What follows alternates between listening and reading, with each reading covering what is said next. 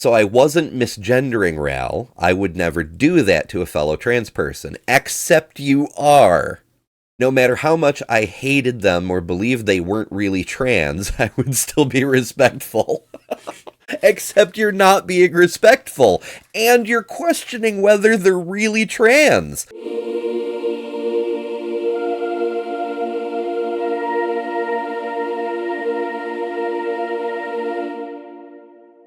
Today, we've got some trans stuff from the depths of the internet known as Reddit. This video was inspired by my friend Mark Reed, who used to do a series of videos called Aimbot, which is Am I Morally Bankrupt or Them? So, random shout out to Mark. His link is in the description. If you're not subscribed, perhaps you should be.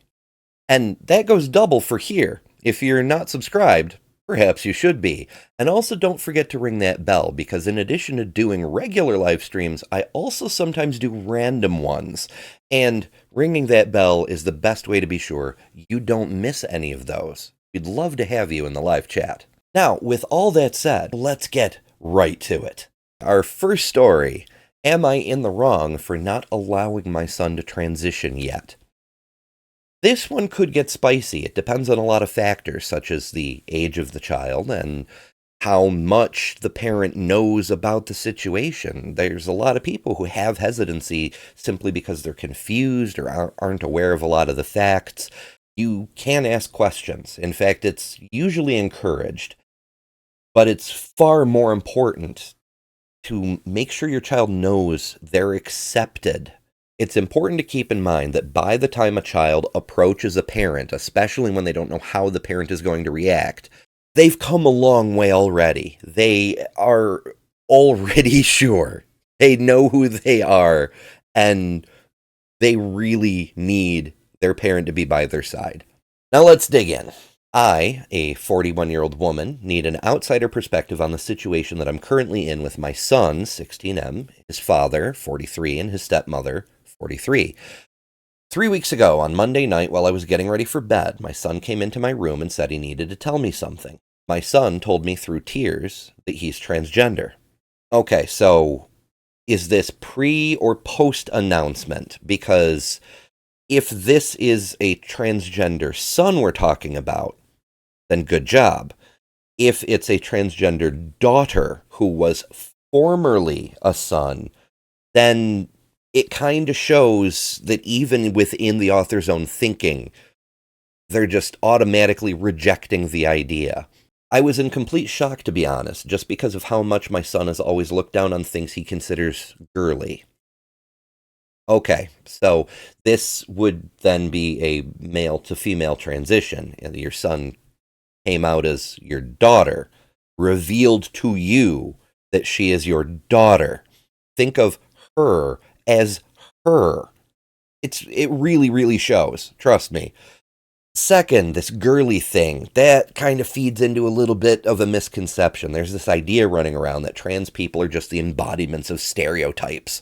Just as back in the day it was considered womanly to find a husband and have children, today we understand that you can choose to do that, but you can also choose not to and be no less of a woman. Same thing with all the stereotypical girly things. You don't have to like any girly things to be a girl. I've seen a lot of things about transgender people in the media and news, and they were mainly negative. Things such as how being transgender was a mental health disorder or other nonsense. Okay, points for realizing those are nonsense. And it's true, there is a lot of negative stuff about trans people in the media, particularly in the English-speaking world. It's not great. Which is one of the reasons support from parents is so very vital, because when you've got people running around saying stuff like this, it is all or nothing. Transgenderism must be eradicated. It is vital children know that their parents are on their side, that they don't want to see their child eradicated for who they are. Now, these are not things I believe. However, I've also seen things about former trans individuals that transitioned young and when they got older realized they made a mistake. Therefore, I do not believe individuals under the age of 18 should be allowed to transition, as they can't make the permanent choice yet. My argument is that if someone under 18 can't get a tattoo because they're too young, then they shouldn't be allowed to transition either. There's a few problems here. First of all, the things that have been spread around from detransitioners. Now, the story of most of the detransitioners are awful. Those people had very bad situations. A lot of people dropped the ball. That said, there is a reason that you see in every single propaganda film, every single anti-trans documentary, the same 5 or 6 individuals. There are over 9,000 gender-affirming surgeries every year in the United States. And while 9,000 is infinitesimal compared to the total population of the United States, with 9,000 surgeries every year, isn't it a little odd that they keep bringing out the same 5 or 6 detransitioners? Think about that for a minute. Take all the time you need. The second thing is that there's a lot of stuff people of the age of majority can do that they can regret, and there's a lot of stuff people under that age can do that they aren't held to this standard on. Tattoos, for instance. You can get a tattoo under 18 with parental consent. And on the subject of tattoos, how many people do you know who got tattoos and now regret it? I bet you the regret rate is a lot higher than it is for transitioning. More to the point, making this big a deal over the age of 18 is kind of weird, considering in 43 states in the United States, children can get married. 7 states have no minimum age. If you want to talk about something that can screw up a person's life because they're not old enough to make that decision yet, why aren't we talking about that? Most of all, you don't have to do something permanent at a young age. You don't have to go through some type of medical procedure. You don't even have to start taking hormones. Because trans people don't have to do those things. Those things are there for trans people. They're not a requirement they have to fulfill to be trans people. You can start a transition very simply just by accepting a person and using their name and pronouns correctly. You can start transitioning simply by changing the wardrobe, starting to live as who they are. But also, the medical process requires a number of steps. If a person does want to go through medical transition, and not every trans person does, nor do they have to, but if a person does want to, there's a lot of steps they need to go through, meeting with various therapists, endocrinologists, and other professionals, and it takes a long time. Getting started at 16 would mean they might be able to begin to make those choices by the time they're 18. But again, that's not something that a person even has to do. All they really need from you is your acceptance. After my daughter's confession, I told her to go to bed and that we'd talk about it in the morning. When the morning came, I told my daughter the truth about how I felt and told her that as long as she was under my care, I wouldn't allow her to transition, but that once she turned 18, she'd have my full support to transition, because then she's fully able to make her own choices. Me and my daughter's father got divorced 8 years ago, and her father remarried 4 years ago. We have a custody agreement of 3 weeks on and 3 weeks off. Once she turns 18, she doesn't need your support. Although she'll probably remember that she didn't have it when she did need it. 3 hours after I dropped my daughter off at her father's house today, I got a call from her stepmother screaming at me, calling me a bigot, a transphobe, a bad parent, as well as unsupportive and many other names. I ended up hanging up the phone because of how vile her words were. My ex-husband also texted me saying that our daughter, who he was now referring to as our daughter, correctly, no longer wanted to live with me, and that my ex and a moving company would come get our daughter's things from my house. I can't fight this, since where we live, if a child is 16, they can choose with which parent they want to live. I tried reaching out to my daughter, but she's ignoring me. So, am I in the wrong here? Yeah, it's understandable for a person to have confusion about this issue. As a parent, even if you know about something intellectually, it's different when your child comes to you with something and it's completely unexpected and totally out of the blue.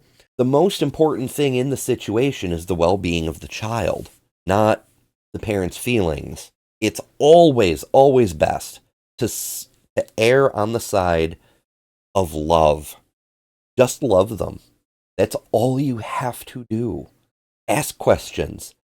Google things. Talk to experts. Talk to other trans people. Get whatever answers you need. But be there for your child. Update. Hello, everyone. I've realized with the help of the people in the comments that I am in the wrong. The way I handled this situation and rebuffed my own child in her moment of need was absolutely disgusting. Correct, although I wouldn't characterize it as disgusting. People make mistakes.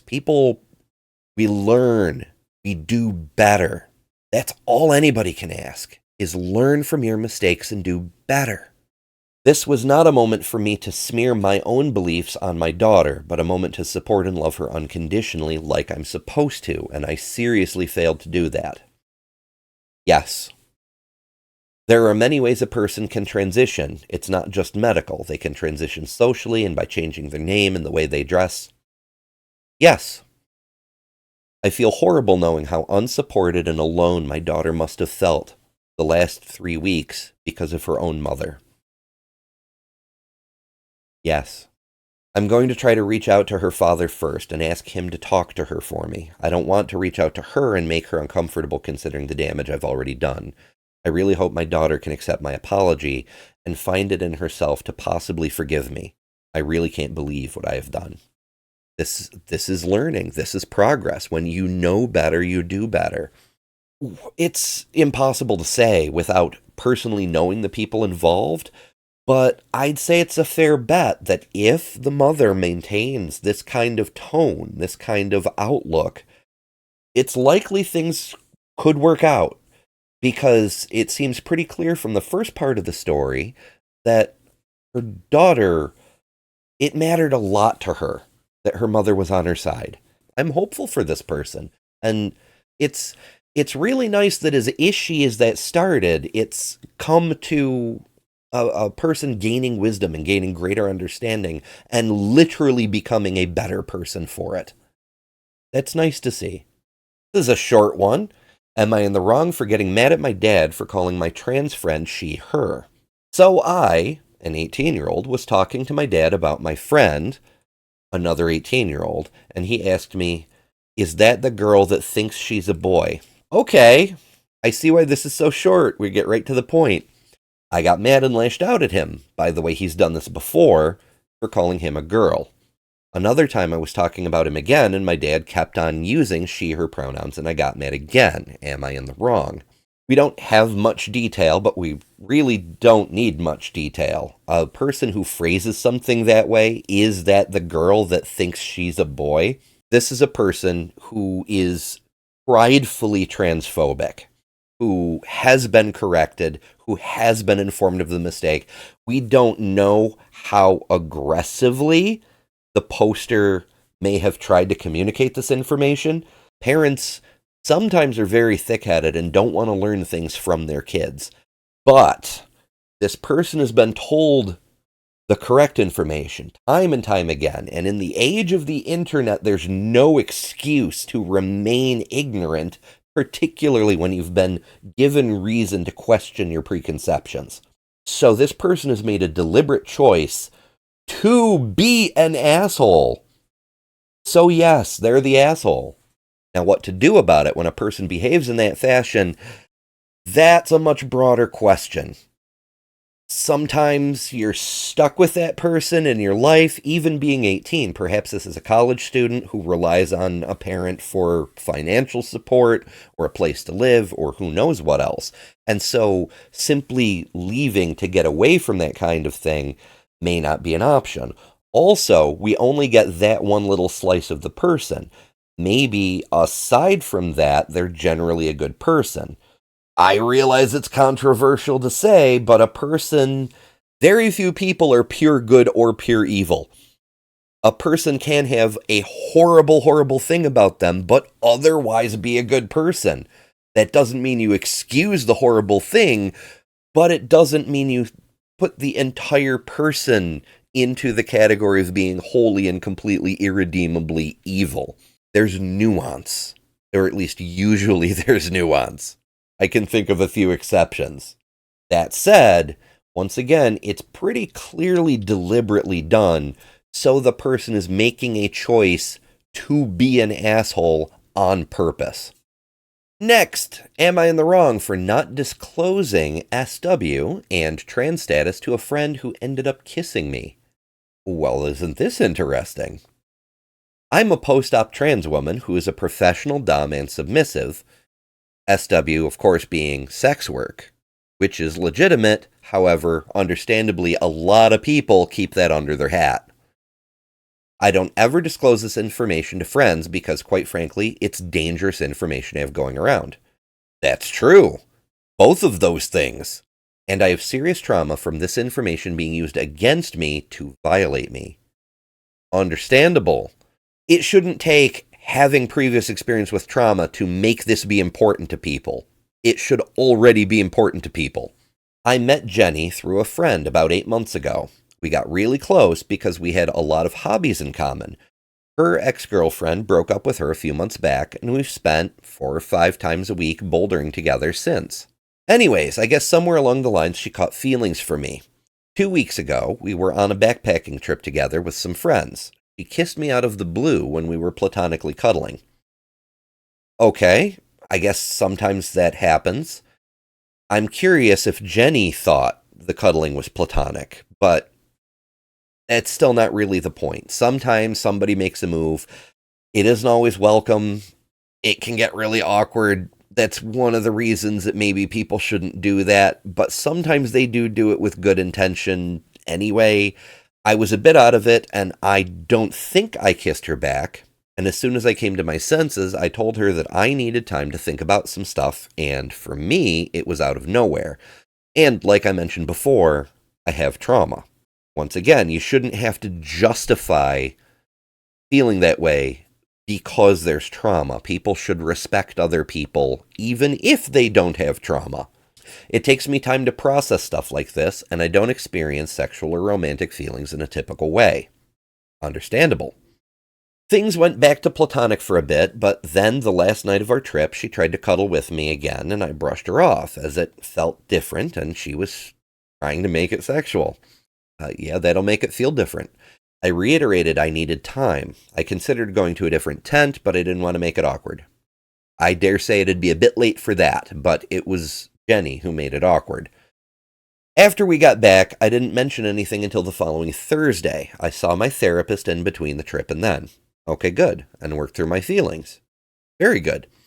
Decided that I had feelings for her and would be open to dating, but that I also trusted her.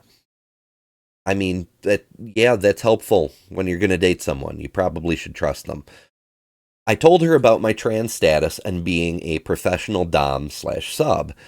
She didn't even let me say that I understood if that changed her feelings for me, but either way, I would still want to stay friends.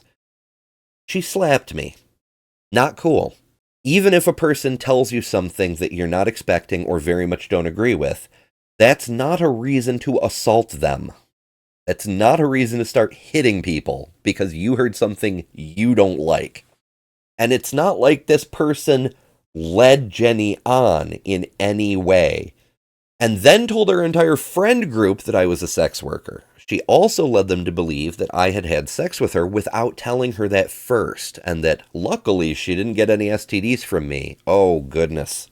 There are some very horrible people out there. It sucks, but they're there. Which is one more reason that it's a good idea to really, really get to know somebody before you try having a serious relationship with them. Can you imagine if the author had gotten together with Jenny on that first night and then later discovered Jenny was like this? Holy crap. She sent me a text saying that if I disputed anything, that she would disclose my trans status to everyone. Cool. So she's making up stories and blackmailing. My friends have mostly stopped talking to me, except for one that reached out to me to get my side of the story. She told me that she's an escort herself. Cool. A lot of people don't tell each other these things. And with good reason, because it can be a safety issue. Or people might despise you or think less of you. There's a lot of downsides, so people often just don't talk about that. I confided in her about everything that happened with Jenny. I even told her about being trans and the threat from Jenny. My friend has been friends with Jenny for a long time. She asked for my permission to get back at her, and admittedly, while I was drunk, I said yes without knowing the full details. In fairness, it's not really the author's job to know what the other friend has in mind, but I do agree. I'd want to know what the other friend has in mind before saying yes, go ahead, you know? This ended up with Jenny losing her job. You play stupid games, you win stupid prizes. And most of our friend group, as well as apparently her brother being pissed at her. Apparently she slept with her brother's fiancé right before they got engaged. I dare say that may be a bigger part of why her brother's pissed at her, but who knows? Jenny has retaliated by telling everyone who will listen that I'm trans, and she sent me a bunch of messages calling me horrible things. Am I the asshole for letting my friend go nuclear like that on Jenny's life, or for anything else I did here? No, absolutely not. None of this was the author's doing, and the author didn't even react to Jenny's threat. Just let Jenny do what Jenny was going to do and let people make up their own minds. And it took another friend reaching out for their side of the story to come out. If anything, I would have told her she should be more proactive in, righting all these wrongs being done to her by a clearly horrible and manipulative person. But, that's just me. No, this person is blameless. I mean, you can't fault yourself. The original question was, am I the asshole for not disclosing that I'm a sex worker and trans to a friend who ended up kissing me? You don't know when somebody's going to kiss you out of the blue, and you don't tell everyone you know everything about yourself. No one does that. And with good reason not to disclose certain things. It's nobody else's business. So yeah, this person, absolutely not the asshole, and I'm very, very sorry to hear what happened to them. Next one. We recently did a video on neopronouns, and here's one asking, am I the asshole for not using neopronouns? I've gotten quite a bit of feedback on that video. A lot of people who are very close-minded and simply don't want to hear about it. They don't want to learn. They don't want to do better. And even other trans people, which is a little weird. It's like saying, I expect people to be understanding for me, but I in turn won't be understanding for the next person in line. And that I don't get it. So yeah, let's talk about it. When I was in high school, I had a friend. I'll call them Ral. Ral was non-binary. I do believe in non-binary when they have dysphoria, but this person didn't have dysphoria. I'm going to say they, to still be respectful, though. Yeah, non-binary exists. That's a thing. That's me. I exist. But also, when they have dysphoria, no. You don't get to gatekeep another person's existence. You don't get to say you only qualify as this thing if I decide you've passed some test, whether it's dysphoria or how you dress or going through a transition. No. You can't pretend to accept them while gatekeeping them at the same time. It was 3 of us, me, Ral, and my best friend Ollie. Ollie is bio-female. The use of the term bio-female in and of itself isn't strictly a problem, but it can be a red flag, or, well, let's say a bright orange flag, not quite all the way in the red, that a person has gender-critical tendencies, which is weird for a trans person, but not unheard of. We've been best friends for 16 years now. I'm a trans man as well. We were all around 17 or 18, I think. So this was many, many years ago. Rel one day got really pissed at me and refused to talk to me, blocked me on everything. I was really confused on why. Then Ollie told me what Rel had told her. It was because I wouldn't use neopronouns for them, because I thought they were dumb, still do. Well, plus I'm not going to relearn how to talk completely just to do this, plus they, them is plenty. Oh, for fuck's sake. Okay, there's a lot there. First of all, you don't get to decide what is dumb for another person. You don't have to relearn how to talk completely. Neopronouns work exactly the same way every other pronoun does. It's literally the same as using any other pronoun. Plus, they, them is plenty. So, the author is a trans man. What if the shoe were on the other foot and Rel said, well, you were born a girl and she, her is plenty? You see how that works? You don't get to decide for someone else what is plenty. Rel hated my guts. Because I was also trans, I should be understanding and not make their dysphoria worse. Yes, you should. Which is why it blows my mind when actual trans people who know this, who understand this, who experience this, still do it to other people. Because you don't understand it doesn't mean it's stupid, doesn't mean it doesn't have a great deal of meaning to them. And also, you can fix your lack of understanding. Instead of just dismissing something as dumb, ask a person who's living that life and learn, for fuck's sake. And this is especially shocking when it's coming from trans people who experience the business end of this every single day. Keep in mind, I was using they, them to refer to Rel. So I wasn't misgendering Rel. I would never do that to a fellow trans person, except you are. No matter how much I hated them or believed they weren't really trans, I would still be respectful. Except you're not being respectful, and you're questioning whether they're really trans. We saw a hint of that earlier up with the I do believe in non-binary when they have dysphoria. Holy crap. And this actually does touch on another issue within trans circles. There's NB erasure. There is only male to female or female to male. There is no anything else, when there's actually quite a lot of anything else. We use non-binary as an umbrella term, but there's a lot of subcategories under there. This author is kind of low-key implying that if a person is non-binary, they're not really trans. Ollie got a free pass. Rel never got mad at Ollie. They still talk sometimes even. Wow, these sentences. Because Ollie isn't trans. Rel was only mad because I'm trans and still refused. Yeah, because once again, as a trans person, you should understand how important this kind of stuff is, even if you don't fully understand how neopronouns work. Spoiler alert, they work exactly the same way every other pronoun does. Because they're pronouns. Ollie said even now Rel gets visibly upset over FaceTime if she even mentions my name. I still think that was unfair 4 years later. I agree, it was unfair. You should have apologized to Rel. If your pride, your arrogance about your own ignorance means more to you than your friendship, then yeah, you're going to lose your friendship, and it's your fault. I really enjoyed being friends since we all three are artists and like anime, manga, Western cartoons, the same music, and being active, plus we all grew up in the same Christian school. Ironic. I'm still best friends with Ollie, by the way. She hasn't gone anywhere. The implied question being, is this person the asshole? Yes, I think we've pretty well covered that throughout the course of this. Next, am I the asshole for wanting to continue my friendship with someone my husband hates?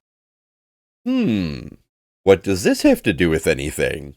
My husband and I have been going back and forth about this, and we need an outsider's perspective, as the title is misleading.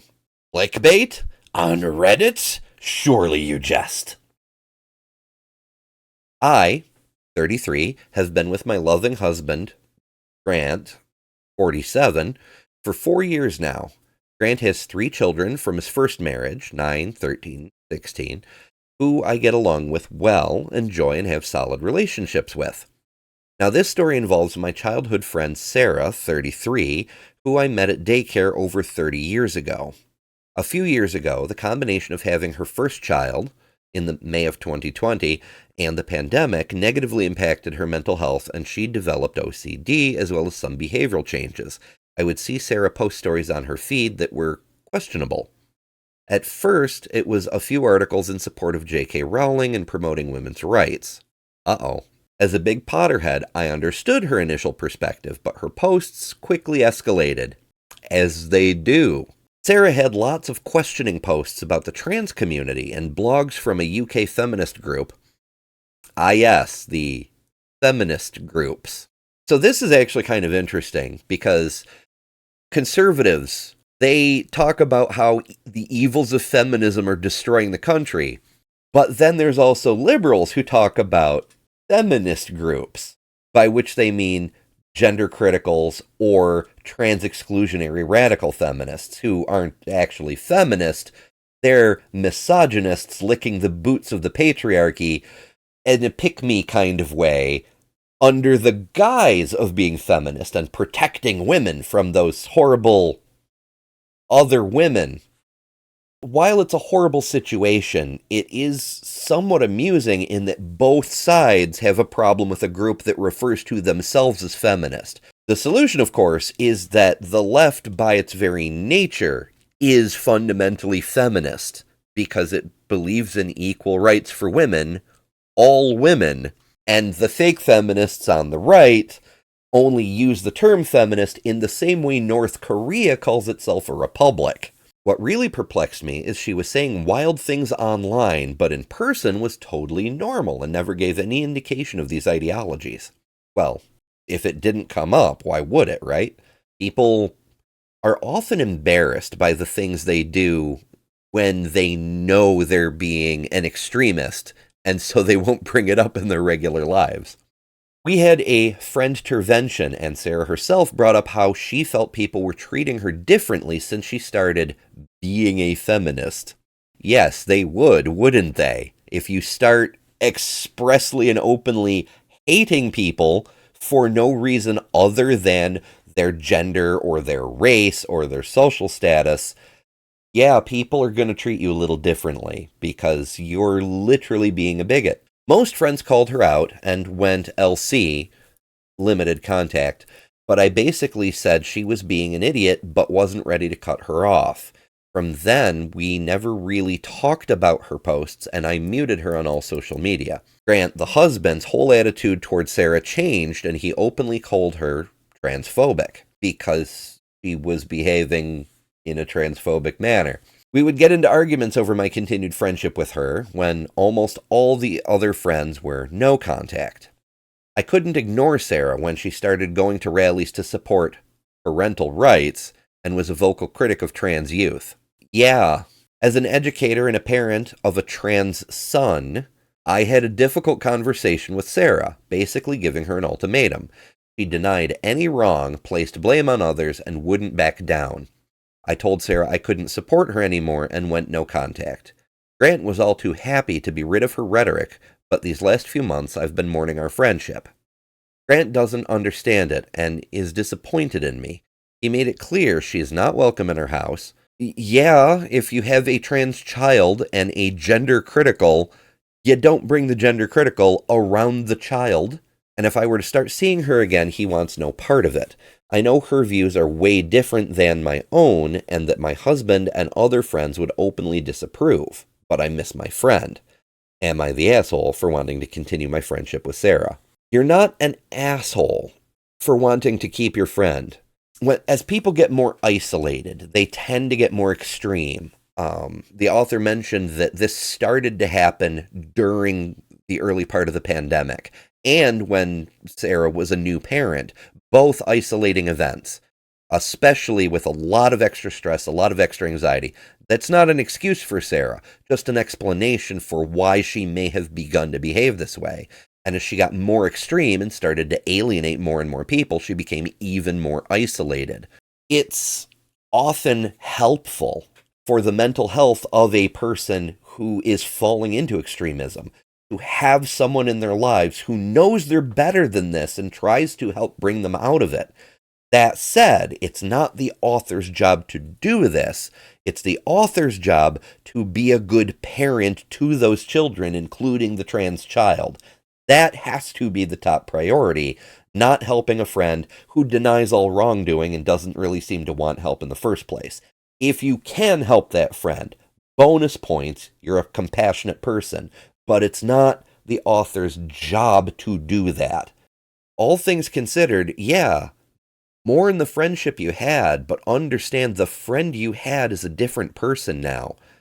And it was that person's choices, not your own, that made it impossible for you to continue to be friends. TLDR, Sarah made her bed. It's not on you to keep her from lying in it. That's going to do it for this time, folks. Thanks so much for watching. I hope you found some of this educational, entertaining, enlightening, or at least interesting. If you did, please do take a second to hit that subscribe button. Once again, it helps the channel and it gets you more goodies like this in your own personalized feed. And as always, remember, you don't have to pretend you can tell other people how they have to live because you are better than gender criticals.